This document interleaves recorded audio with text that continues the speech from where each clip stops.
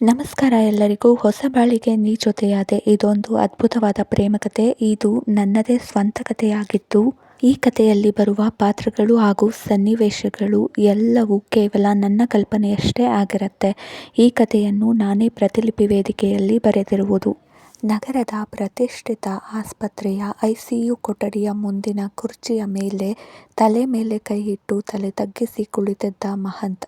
Mahi, don't worry, ಮಾವನಿಗೆ ಏನೂ ಆಗಲ್ಲ, ಈ ವಿಲ್ ಬಿ ಆಲ್ ರೈಟ್ ಎನ್ನುತ್ತಾ ಮೆಲುವಾಗಿ ಅವನ ಭುಜವನ್ನು ಒತ್ತಿ ಮತ್ತಷ್ಟು ಅವನ ಪಕ್ಕಕ್ಕೆ ಒರಗಿ ಕುಳಿತಳು ಆದ್ಯ.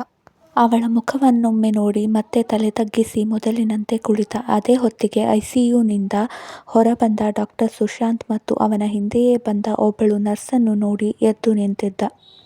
ಸುಶ್, ಇಷ್ಟನ್ನು ಹೊರತುಪಡಿಸಿ ಮಹಂತ್ನ ಬಾಯಿಂದ ಮತ್ತೊಂದು ಮಾತು ಸಹ ಹೊರಬರಲಿಲ್ಲ.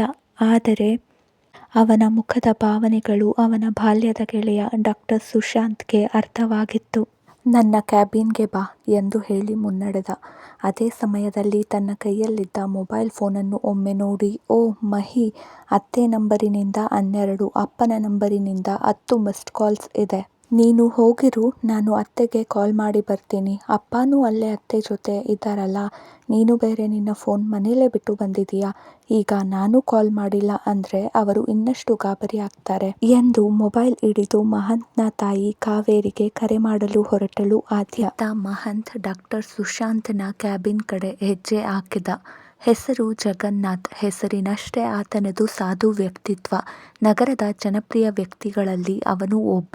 ಒಂದು ಕಾಲದಲ್ಲಿ ಬಹಳ ಕಷ್ಟಪಟ್ಟಿರುವ ವ್ಯಕ್ತಿ. 35 ವರ್ಷಗಳ ಹಿಂದೆ ಸಣ್ಣದಾಗಿ ಅವನ ಪತ್ನಿ ಕಾವೇರಿಯ ಹೆಸರಿನಲ್ಲಿ ಶುರು ಮಾಡಿದ ಉದ್ಯಮವಿಂದು ದೊಡ್ಡದಾಗಿ ಬೆಳೆದಿದೆ. Kaveri engineering college, Kaveri medical college, Kaveri schools, Kaveri builders, Kaveri cafe, Kaveri real estates, Kaveri finance, ಹೀಗೆ ಕಾವೇರಿ ಹೆಸರಿನಲ್ಲಿ ಇಲ್ಲದ ಉದ್ಯಮವೇ ಇಲ್ಲ. ಅವರಿಬ್ಬರಿಗೂ ಒಬ್ಬನೇ ಒಬ್ಬ ಮುದ್ದಿನ ಮಗ. ಹೆಸರು ಮಹಂತ್. ಎತ್ತರ 5'11", ಗೋಧಿ ಬಣ್ಣ, ಆಕರ್ಷಕ ಮೈಕಟ್ಟು. ಜಿಮ್ ಬಾಡಿ ಏನಲ್ಲ, ಆದ್ರೆ ದಿನ ಬೆಳಗ್ಗೆ ತನ್ನ ಮನೆಯಲ್ಲಿ ಲಘು ವ್ಯಾಯಾಮ ಮಾಡುವ ಅಭ್ಯಾಸ. ಅದೇ ಅಭ್ಯಾಸ ಅವನನ್ನು ತುಂಬಾ ಫಿಟ್ ಆಗಿರಲು ಸಹಾಯಕವಾಗಿದ್ದದ್ದು. ಸದ್ಯಕ್ಕೆ ಕಾವೇರಿ ಗ್ರೂಪ್ ಆಫ್ ಕಂಪನೀಸ್ನ ಸಿಇಒ. ಜಗನ್ನಾಥ್ನ ಬಾಲ್ಯ ಸ್ನೇಹಿತ ದಿವಾಕರ್ ರಾಯ್. ಹುಟ್ಟು ಶ್ರೀಮಂತ. ಈ ಹಳೆ ಸಿನಿಮಾಗಳಲ್ಲಿ ಬರುವ ಶ್ರೀಮಂತರಿಗೆ ಚಿನ್ನದ ಚಮಚ ಬಾಯಲ್ಲಿಟ್ಟುಕೊಂಡು ಹುಟ್ಟಿದ್ದಾನೆ ಅಂತಾರಲ್ಲ, ಹಾಗೆ ದಿವಾಕರ್ ರಾಯ್ ರಾಯಲ್ ಕುಟುಂಬದವ. ಚಿಕ್ಕ ವಯಸ್ಸಿಂದ ಜಗನ್ನಾಥ್ ಬಹಳ ಕಷ್ಟದಲ್ಲಿ ಬೆಳೆದವರು. ಆಗೆಲ್ಲ ಅವರ ವಿದ್ಯಾಭ್ಯಾಸದಿಂದ ಹಿಡಿದು ಅವರ ಈಗಿನ ಉತ್ತಮ ಸ್ಥಿತಿಯವರೆಗೂ ಸಹಾಯ ಮಾಡಿದ್ದು ಇದೇ ದಿವಾಕರ್ ರಾಯ್. ಕಾವೇರಿ ಹಾಗೂ ಜಗನ್ನಾಥ್ ಪರಸ್ಪರ ಪ್ರೀತಿಸಿದಾಗ ಮೊದಲಿಗೆ ಕಾವೇರಿಯ ಮನೆಯವರ್ಯಾರು ಮದುವೆಗೆ ಒಪ್ಪದಿದ್ದಾಗ ಅವರ ಮನೆಯವರೆಲ್ಲರನ್ನು ಒಪ್ಪಿಸಿ ಕಾವೇರಿ ಮತ್ತು ಜಗನ್ನಾಥರ ಮದುವೆ ಮಾಡಿಸಿದ್ದು ಸಹ ದಿವಾಕರ್ ರಾಯ್. ಅಷ್ಟೇ ಅಲ್ಲದೆ ಜಗನ್ನಾಥ್ ಕಾವೇರಿ ಹೆಸರಿನಲ್ಲಿ ಚಿಕ್ಕದಾಗಿ ಉದ್ಯಮ ಶುರು ಮಾಡಿದಾಗ ಅದಕ್ಕೆ ಸಹಾಯ ಮಾಡಿದ್ದು ಸಹ ದಿವಾಕರ್ ರಾಯ್. ಹೀಗೆ ಪ್ರತಿ ಹಂತದಲ್ಲೂ ದಿವಾಕರ್ ರಾಯ್ ಜಗನ್ನಾಥರಿಗೆ ಸಹಾಯ ಮಾಡುತ್ತಲೇ ಬಂದಿದ್ದ. ಹಾಗಾಗಿ ಜಗನ್ನಾಥ್ ಮತ್ತು ಕಾವೇರಿಗೆ ದಿವಾಕರ್ ಮೇಲೆ ಸ್ನೇಹಕ್ಕಿಂತ ಅಭಿಮಾನ ಮತ್ತು ಗೌರವವೇ ಒಂದು ಕೈ ಮಿಗಿಲಾಗಿತ್ತು. ಕಾವೇರಿ ದಿವಾಕರ್ ರಾಯ್ನನ್ನು ಅಣ್ಣ ಎಂದೇ ಕರೆಯುತ್ತಿದ್ದಳು. ಅದು ಜಗನ್ನಾಥ್ ಮತ್ತು ಕಾವೇರಿಯ ಮದುವೆಗಿಂತಲೂ ಮುಂಚಿನಿಂದ ಇದ್ದ ಅಭ್ಯಾಸ.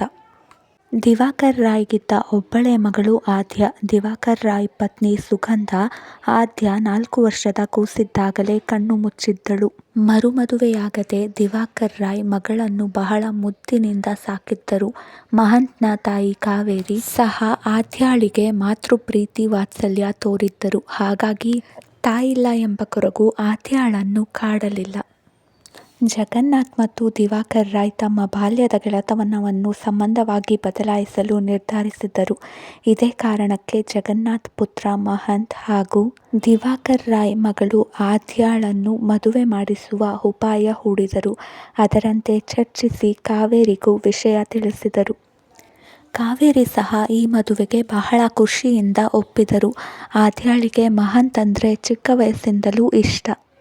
ಎಲ್ಲರಿಗೂ ಒಪ್ಪಿಗೆ ಆದ ನಂತರ ಮಹಂತ್ನದ್ದೇನಿದೆ ಎಂದು ತಂದೆ ತಾಯಿಯರಿಗೆ ಎದುರಾಡಿದವನಲ್ಲ. ಅವನು ಸಹ ಒಪ್ಪಿದ. ಎಲ್ಲರೂ ಸಂತೋಷವಾಗಿದ್ದರು. ಆದರೆ ಇಂದು ಜಗನ್ನಾಥರಿಗೆ ಲಘು ಹೃದಯಾಘಾತ, ಅದು 2ನೇ ಬಾರಿಗೆ. ಮುಂಜಾನೆ ಗಾರ್ಡನ್ನಿನಲ್ಲಿ ಕಾಫಿ ಕಪ್ಪಿನೊಂದಿಗೆ ನ್ಯೂಸ್ ಪೇಪರ್ ಹಿಡಿದು ಕುಳಿತಿದ್ದ ಜಗನ್ನಾಥ್ ಅಚಾನಕ್ಕಾಗಿ ಎದೆ ಹಿಡಿದು ಕುಸಿದು ಬಿದ್ದರು. ಆಗಷ್ಟೇ ಜಾಗಿಂಗ್ ಮುಗಿಸಿ ಬಂದ ಮಹಂತ್ ಓಡಿ ಬಂದು ತಂದೆ ಕೆಳಬೀಳದಂತೆ ಹಿಡಿದುಕೊಂಡ. ಈ ಕತೆ ಮುಂದೆ ಏನಾಗುತ್ತೆ? ಜಗನ್ನಾಥರಿಗೆ ಏನಾಯಿತು? ಆದ್ಯ ಮತ್ತು ಮಹಂತ್ ಮದುವೆ ಆಗುತ್ತಾ ಇಲ್ವಾ? ಕತೆ ಮುಂದುವರಿಸ್ತೀನಿ ಮುಂದಿನ ವಿಡಿಯೋದಲ್ಲಿ. ನೋಡಬೇಕು ಅಂದರೆ ಈಗಲೇ ನನ್ನ ಚಾನಲ್ನ ಸಬ್ಸ್ಕ್ರೈಬ್ ಮಾಡ್ಕೊಳ್ಳಿ, ಹಾಗೆ ಈ ವಿಡಿಯೋನ ಲೈಕ್ ಮಾಡಿ. Thank you.